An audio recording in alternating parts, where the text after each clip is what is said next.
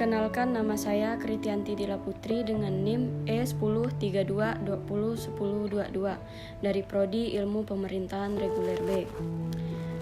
Di sini saya akan membahas mengenai rakyat yang berkepentingan di dalam pemerintahan Indonesia guna memenuhi tugas ujian tengah semester pada mata kuliah Metodologi Ilmu Pemerintahan. Rakyat adalah bagian dari suatu negara atau unsur penting dari suatu pemerintahan. Salah satu contoh partisipasi masyarakat untuk pemerintahan di Indonesia yaitu dengan menggunakan haknya dalam menyampaikan pendapat pada pengambilan keputusan yang menyangkut kepentingan masyarakat dan negara, baik secara langsung maupun tidak langsung.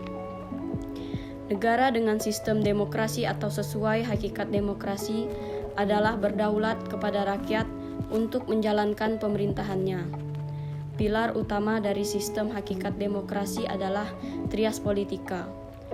Hakikat demokrasi di Indonesia menganut pemerintahan dari rakyat, pemerintah oleh rakyat, dan pemerintah untuk rakyat.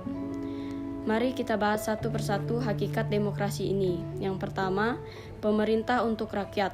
Artinya pemerintahan yang sah dan diakui di mata rakyat guna menjalankan birokrasinya.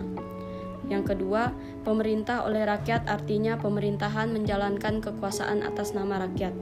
Ketiga, pemerintah untuk rakyat artinya kekuasaan yang diberikan oleh rakyat kepada pemerintah harus dijalankan untuk kepentingan rakyat. Pemerintah wajib menjamin adanya kebebasan bagi rakyat seluas-luasnya.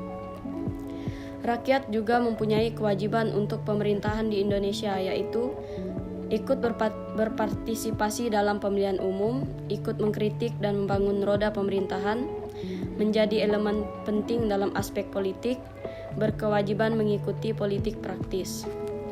Tanpa adanya orang sebagai rakyat pada suatu negara, maka pemerintahan tidak akan berjalan.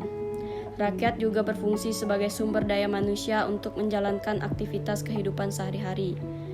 Wilayah merupakan unsur yang kedua, karena dengan adanya wilayah yang didiami oleh manusia, negara akan terbentuk.